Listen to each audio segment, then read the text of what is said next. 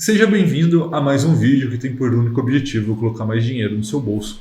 E no vídeo de hoje nós vamos entrevistar o Caio Braz, tá? Ele é gestor lá da Urca Capital, que é gestora do FURPR11. Então, para que ele nos ajude a responder a pergunta que eu venho recebendo muito nos últimos tempos lá no meu Instagram, inclusive se você não me segue lá, é S Costa Rafael, que é: vale ou não vale a pena investir no RPR11? Né? As pessoas estão perguntando muito sobre isso, porque ele é um dos FIs com maior yield da bolsa, ou seja, que mais estão pagando rendimentos perante o seu preço. Então, conta aqui para mim nos comentários se você já conheceu o RPR11, se você já é investidor do RPR11, tá bom? Lembrando que nada do que a gente fala aqui é uma remuneração nem de compra nem de venda, é apenas para te inspirar a investir melhor, ou no caso aqui hoje, para que a gente conheça mais sobre esse fundo que é relativamente novo no mercado, né? Ele é de agosto de 2020, mas a gente vai falar mais sobre isso daqui a pouco diretamente com o próprio Caio, tá? E não se esquece de deixar seu like, porque o seu like me ajuda demais, se você não tem ideia o quanto que isso é importante para mim, porque ele fala para o YouTube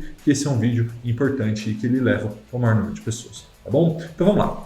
Eu entrevistei o Caio Braz, tá? Algumas semanas atrás, foi uma conversa muito proveitosa, então aqui já vai um agradecimento a ele, o pessoal da Urca Capital, tá? E a gente ficou ali quase uma hora conversando e a gente falou sobre tudo, né? Desde o histórico pessoal do próprio Caio, da criação da Urca Capital, né? Da onde que veio, por que que eles resolveram criar essa gestora, tá? E a história da criação do próprio URPR11. Essa entrevista exclusiva com o Caio Braz está na íntegra lá no CostaFlix, que caso você não saiba, é a minha plataforma de educação financeira. Lá a gente tem entrevista com outros gestores, além do próprio Caio, tá? Tem carteira recomendada de ações, de fundos imobiliários, tem séries de investimento, né? Como temos aqui no YouTube, temos 1 milhão com mil, lá no CostaFlix temos 1 milhão com mil na gringa, né? Para que você possa aprender a investir no exterior, e também o Viver de Renda, para que você possa aprender a retirar renda passiva do mercado financeiro. Tem curso completo de investimentos, tem muito mais, tá? Tudo isso por apenas R$ 29,90, sem fidelidade, que você pode cancelar a qualquer momento. Então, se você quer conhecer a plataforma, se você quer ver na íntegra a entrevista do Caio Braz, que eu vou te mostrar aqui alguns cortes daqui a pouco, e todo o restante do conteúdo que tem lá, eu vou deixar na descrição desse vídeo um link para que você consiga habilitar o seu teste grátis de 7 dias para o CostaFlix. Tenho certeza que você vai gostar bastante, tá bom? Então, agora vamos lá, vamos ver a entrevista, né, do Caio Braz para que ele ajude a nos responder a pergunta central desse vídeo, que é: vale ou não vale a pena investir no RPR11?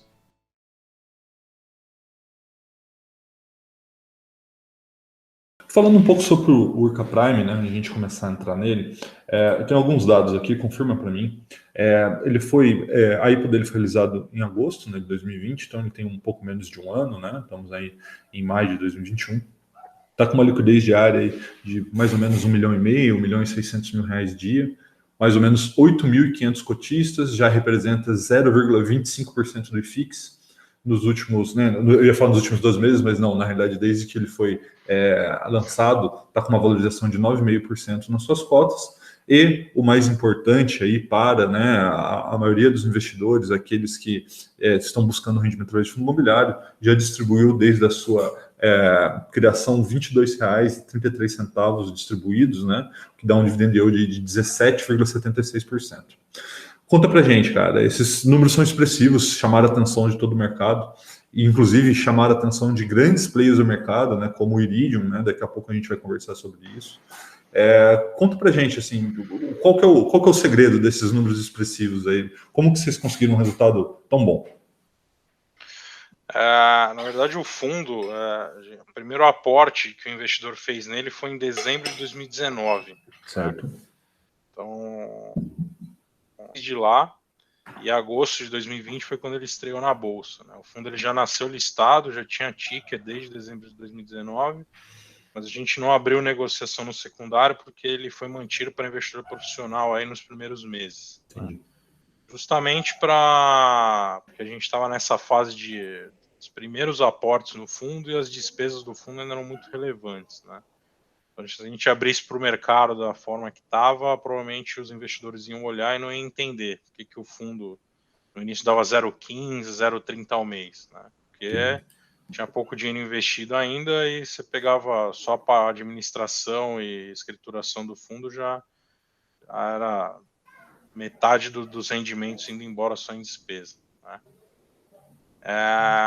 E o que a gente fez para ter um resultado tão bom nesse período foi que a gente conseguiu operações que tinham um bom yield, né? Então, alinhados com o que a gente acredita ser o risco das operações que a gente entra, né? A gente não abriu mão disso e não vai abrir, pelo menos no futuro próximo, de ter um rendimento que a gente acredita ser o adequado para o setor, né? Para o risco que a gente imagina que o setor tem. E a gente sempre teve no início do fundo o cuidado de seguir o lastro, né? Então, todas as carteiras imobiliárias de loteamento que a gente cruzou e até algumas de prédio estavam em GPM, né? Então, todos os investimentos que a gente fez foram em GPM, né, no início do fundo. E a gente tinha muito claro na cabeça que essa era a forma correta, né? Pela experiência que a gente já teve no passado, e a gente estruturou muita operação, fez gestão de muita operação até a gente abrir o fundo, né? Foram 5 anos fazendo isso de forma independente até a gente abrir a gestora, então a gente viu muitas operações como estruturador e acompanhando o mercado também, né? E durante esse período inteiro, isso foi o que funcionou, né? O que não funcionava era o contrário, né? Então, operações em carteiras em CDI com indicadores de inflação, etc., isso aí nunca funcionou, né? Então, a gente tinha essa filosofia. O GPM explodiu, né, de uma forma absurdamente inesperada e continua vindo aí em um ritmo desenfreado de crescimento, né? E a gente teve um casamento perfeito, né? Do indexador que estava indo bem, né, dependendo do ponto de vista, né? No meu ponto de vista, eu acho que ele está indo mal, na verdade, mas para quem está recebendo os rendimentos, pode achar que ele está indo bem. E de geração de caixa dos CRIs, né? Pela qualidade das carteiras que a gente tem, teve muita amortização, né? Antecipação de carteira. Então, os CRIs geraram caixa para a gente poder distribuir, né, essa correção monetária do GPM. Por isso que a gente conseguiu entregar esses rendimentos tão expressivos. Então, o que está acontecendo com a nossa carteira hoje é que, como ela está crescendo, então nem sempre o conjunto dos CRIs vai gerar caixa suficiente para a gente repassar toda essa correção monetária, né? E também, aos poucos, a gente espera que ou o IGPM vai voltar a patamares mais normais, ou o movimento natural vai ser que o indexador vai ser trocado, né? Então, hoje a gente já admite ter carteiras em IGPM como lastro e CRIs feitos em IPCA, por exemplo, porque o IGPM ele não é mais saudável, né? Essa é a realidade atual do mercado e ela mudou assim rapidamente, né?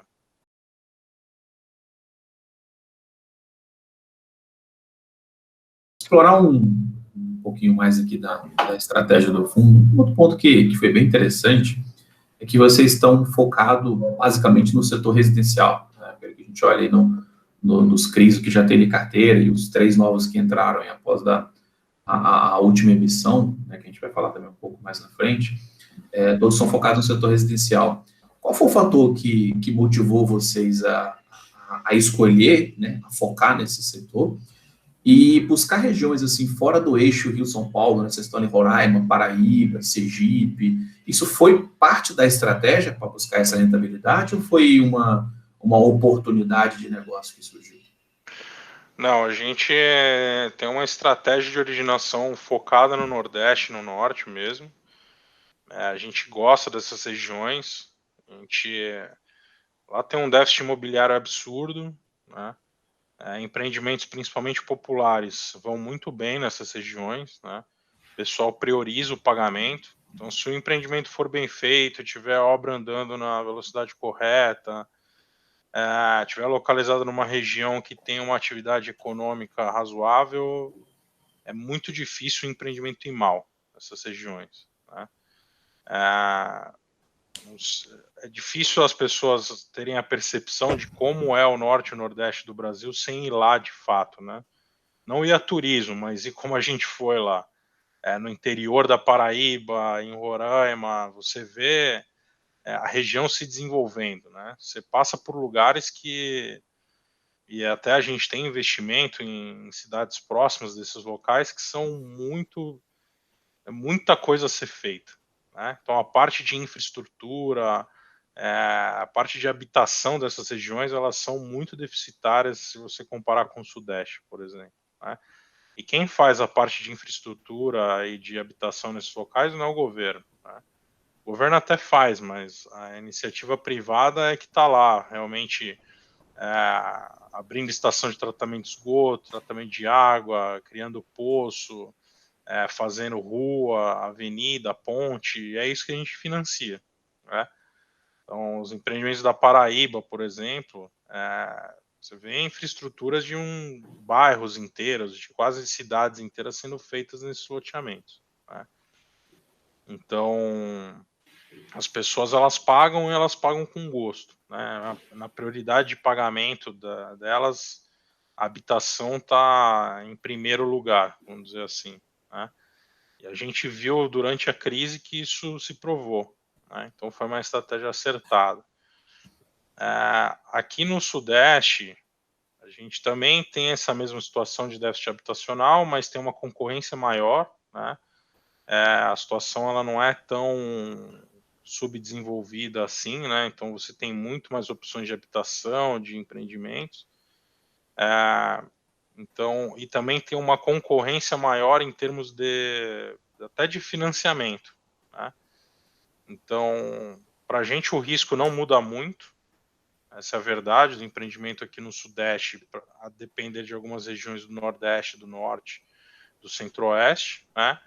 Só que as incorporadoras daqui, os loteadores daqui, por ter mais acesso ao mercado de capitais e tudo mais, eles têm uma percepção diferente desse risco, né? Então, eles acham que eles têm que captar dinheiro a taxas menores, mesmo tendo o mesmo risco de empreendimentos que estão em outros lugares, né? Então, poucas vezes faz sentido para a gente investir aqui, né? Você pegar em volumes financeiros, no Sudeste é onde a gente tem mais dinheiro aplicado, né? Mas é também pela magnitude dos empreendimentos daqui, que normalmente tem tickets maiores.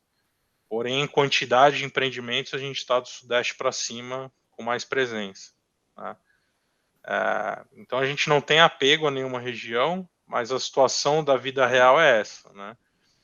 O risco é parecido e, por algum motivo, o pessoal do Sudeste, principalmente, acha que tem que captar dinheiro como se o risco fosse menor do que realmente é, pelo menos na nossa opinião.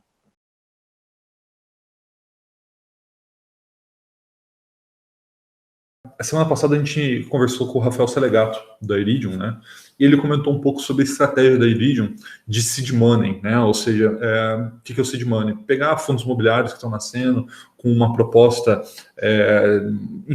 diferenciada e aportar dinheiro, né, como capital semente, porque, segundo o próprio Selegato, daí você também pode dar sua opinião, ele falou que a parte mais difícil de você começar um fundo imobiliário, por exemplo, é o primeiro capital, né? Ou seja, tirar ele do papel, porque você, querendo ou não tem um track record, a pessoa física fica ali um pouco desconfortável investir em um fundo imobiliário que ele não sabe mais ou menos quanto que vai pagar, enfim.